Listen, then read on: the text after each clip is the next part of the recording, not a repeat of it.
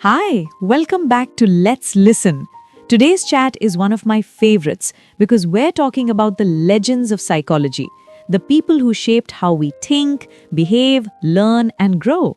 Exactly. Sometimes we remember the theories, but not the brilliant minds behind them. So let's make it simple, friendly, like a chai time conversation about the greatest psychologists.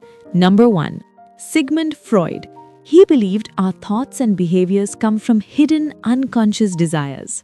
That idea changed everything. Like when someone overreacts to a small issue, Freud would say, maybe the real reason is buried inside you from childhood. True. He also introduced the idea of the id, ego, and superego, the inner conflicts we deal with every day. Number 2. B.F. Skinner. He said our behavior is shaped by rewards and punishments. Yes, like when a child studies harder because the teacher praises them. That's operant conditioning. Even grown-ups do this. We hit the gym when compliments increase, we avoid junk food when health reports scare us. Skinner would smile at that. Number 3. Jean Piaget. He explained how children think at different ages. Exactly, like how a toddler thinks hiding a toy makes it disappear, but a bigger child knows it still exists. He made teachers all over the world rethink how kids learn. Number 4. Carl Rogers. He believed every person has an inner desire to grow. Yes, and his idea of unconditional positive regard is beautiful. If someone accepts us without judgment, we naturally become better versions of ourselves. Number 5. Abraham Maslow. He gave us the hierarchy of needs, from food and safety to love, confidence, and finally, self-actualization. You can aim high only when your basic needs are taken care of. Number 6. Albert Bandura. He said we learn by watching others. Children copy parents, students copy teachers, even adults copy colleagues unconsciously. Number 7. Erik Erikson. He said each stage of life has a psychological challenge, like trust, independence, identity. Number 8. Ivan Pavlov. He rang a bell before giving food, and soon the dog started salivating just at the sound. We humans do the same. A song brings back an old memory. A smell reminds you of someone. Number 9. Lev Vygotsky. He said children learn best through social interaction. His idea of guided learning changed classrooms forever. Number 10. William James. He believed psychology should study real-life experiences, not just theories. He talked about free will, habits, and choices, things we still discuss today. This was actually fun, Mira. Talking about these great psychologists felt like revisiting the foundations of how we understand people. Totally. And the more we know about them, the more we understand ourselves. Thank you for listening. And if you're new here, you're always welcome to join our Let's Listen family. Take care, learn a little every day, and keep growing. See you in the next episode. Hi, welcome back to Let's Listen. Today we're doing a deeper exam-focused dive into the father of psychoanalysis, Sigmund Freud. And Anjani, if there is one name that every psychology student must remember for exams, it is Freud. Absolutely. Let's begin with the basics. Sigmund Freud was born in 1856 in Austria, and he originally trained as a medical doctor and neurologist. That's important for exams. He was not just a philosopher, he had a scientific medical background. Yes, and in the late 1900s, especially around 1896, he formally introduced the term psychoanalysis. That year is crucial because it marks the beginning of a completely new school of thought in psychology. And then, in 1900, he published his famous book, The Interpretation of Dreams.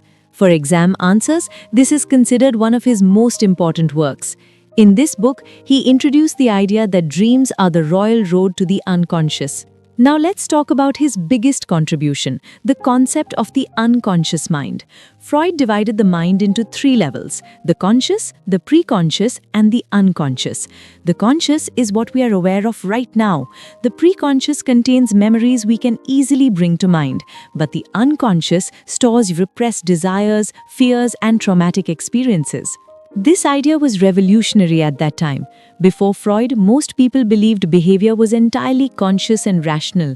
Freud challenged that by saying most of our behavior is driven by hidden forces. Another very important exam point is his structural model of personality, introduced in 1923. That's when he described the id, ego, and superego. The id operates on the pleasure principle. It wants immediate satisfaction. The ego operates on the reality principle. It balances desires with practical limits. The superego represents moral standards and societal rules. So if an exam question asks, explain Freud's structure of personality, you must clearly define these three components and mention the year 1923. Exactly. And we cannot forget defense mechanisms. Freud and his daughter Anna Freud expanded on these ideas. Defense mechanisms like repression, denial, projection, rationalization, these protect the ego from anxiety.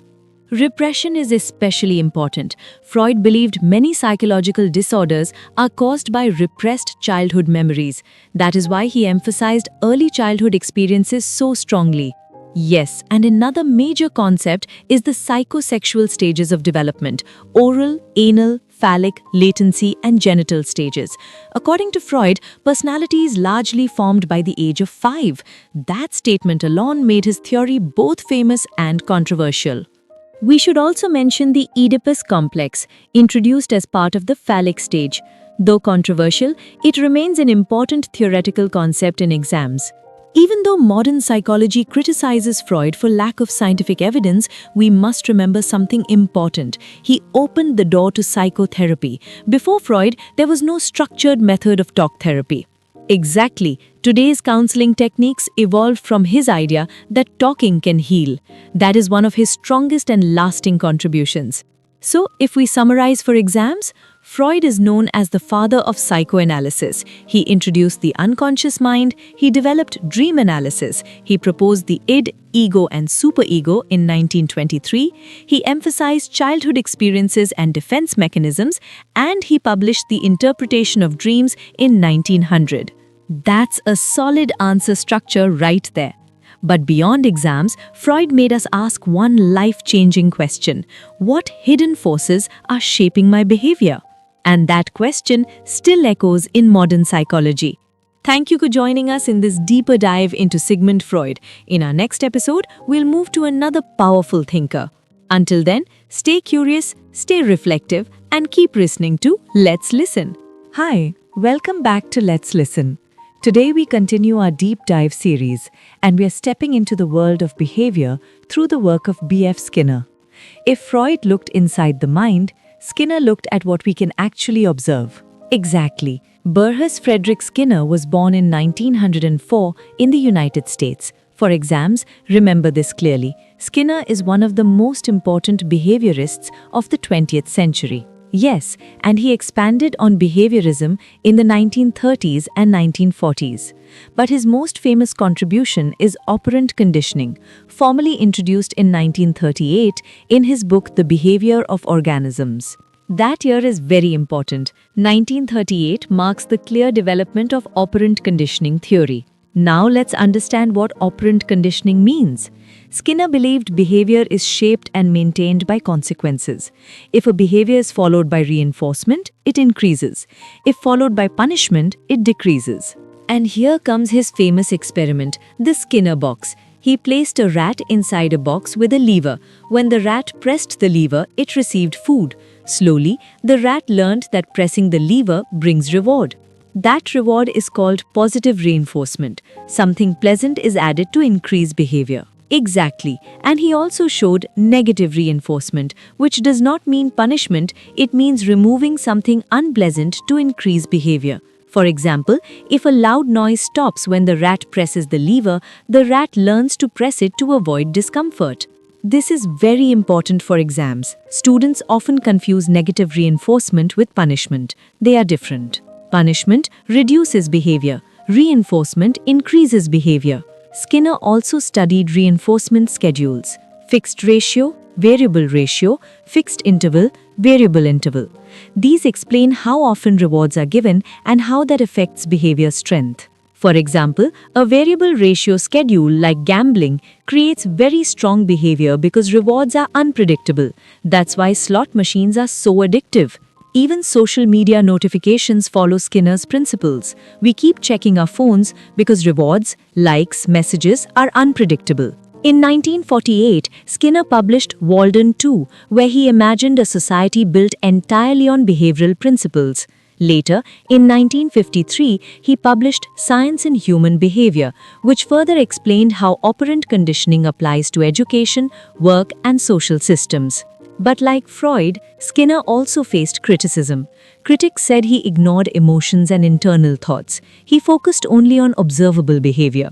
Yes, but his strength was scientific testing. Unlike Freud, Skinner conducted controlled experiments in laboratories. That makes his theory more measurable and evidence-based.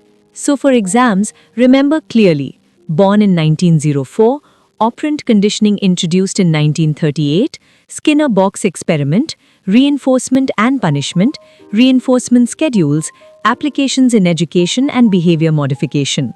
And beyond exams, Skinner teaches us something powerful. Our environment shapes us more than we realize. Change the environment and behavior changes. That's a practical insight. Sometimes instead of blaming willpower, we should adjust our surroundings. Beautifully said. That wraps up our deep dive into B.F. Skinner. In the next episode, we'll move to Jean Piaget and understand how children think differently at different ages. Until then, stay curious, stay observant, and keep listening to Let's Listen. Hi, welcome back to Let's Listen. Today we move from behavior to thinking, and we are diving deep into the work of Jean Piaget. If Skinner studied behavior, Piaget studied how the mind develops from childhood. Exactly. Jean Piaget was born in 1896 in Switzerland. For exams, remember that clearly. He originally trained in biology, and that scientific background influenced how he observed children. Yes, and around the 1920s and 1930s, Piaget began publishing his work on cognitive development. His most important idea was that children do not think like adults. Their thinking develops in stages. That statement alone changed education worldwide. Now let's understand his core concept, schema. A schema is a mental framework. It's like a small folder in the brain that stores information. And he explained two key processes, assimilation and accommodation. Assimilation is when a child adds new information into an existing schema. Accommodation is when the child changes the schema to fit new information. These two processes together create cognitive development. Now, for exams, the most important part, Piaget's 4 stages of cognitive development. Stage 1, the sensory motor stage, from birth to about 2 years. In this stage, babies learn through senses and actions. The key achievement here is object permanence, understanding that objects continue to exist even when they are out of sight. That's a very common exam question. What is object permanence? It develops in the sensory motor stage. Stage 2, the pre-operational stage, from 2 to 7 years. Children begin using language and symbols, but their thinking is still egocentric. They struggle to see situations from others' perspectives. Egocentrism is a key term here. For example, a child may assume everyone sees the world exactly as they do. Stage 3, the concrete operational stage, from 7 to 11 years. Children begin logical thinking, but only about concrete objects. They understand conservation, that quantity remains the same even if shape changes. Yes, like when water is poured from a short glass into a tall glass, younger children think the amount changed. Concrete operational children understand it's the same quantity. Stage 4, the formal operational stage, from 12 years onwards. Here, abstract thinking develops. Teenagers can think about hypothetical situations, moral reasoning, and complex problem solving. This stage explains why adolescents begin questioning society, identity, and future possibilities. Another important exam point. Piaget believed development occurs in fixed sequences. You cannot skip stages. He also introduced the idea that learning follows development. In other words, a child must reach a certain cognitive stage before understanding certain concepts. However, later researchers like Vygotsky criticized him, saying social interaction plays a bigger role than Piaget acknowledged. Still, his contribution to education is massive. Modern classrooms, activity-based learning, and age-appropriate teaching methods all reflect Piaget's influence. So for exams, summarize clearly. Born in 1896, focused on cognitive development, key concepts, schema, assimilation, accommodation, 4 stages: sensory motor, pre-operational, concrete operational, formal operational. And beyond exams, Piaget reminds us that children are not incomplete adults, they are thinkers, just at different stages. Beautifully said. That concludes our deep dive into Jean Piaget. Next, we'll explore Carl Rogers and humanistic psychology. Until then, stay curious, stay reflective, and keep listening to Let's Listen.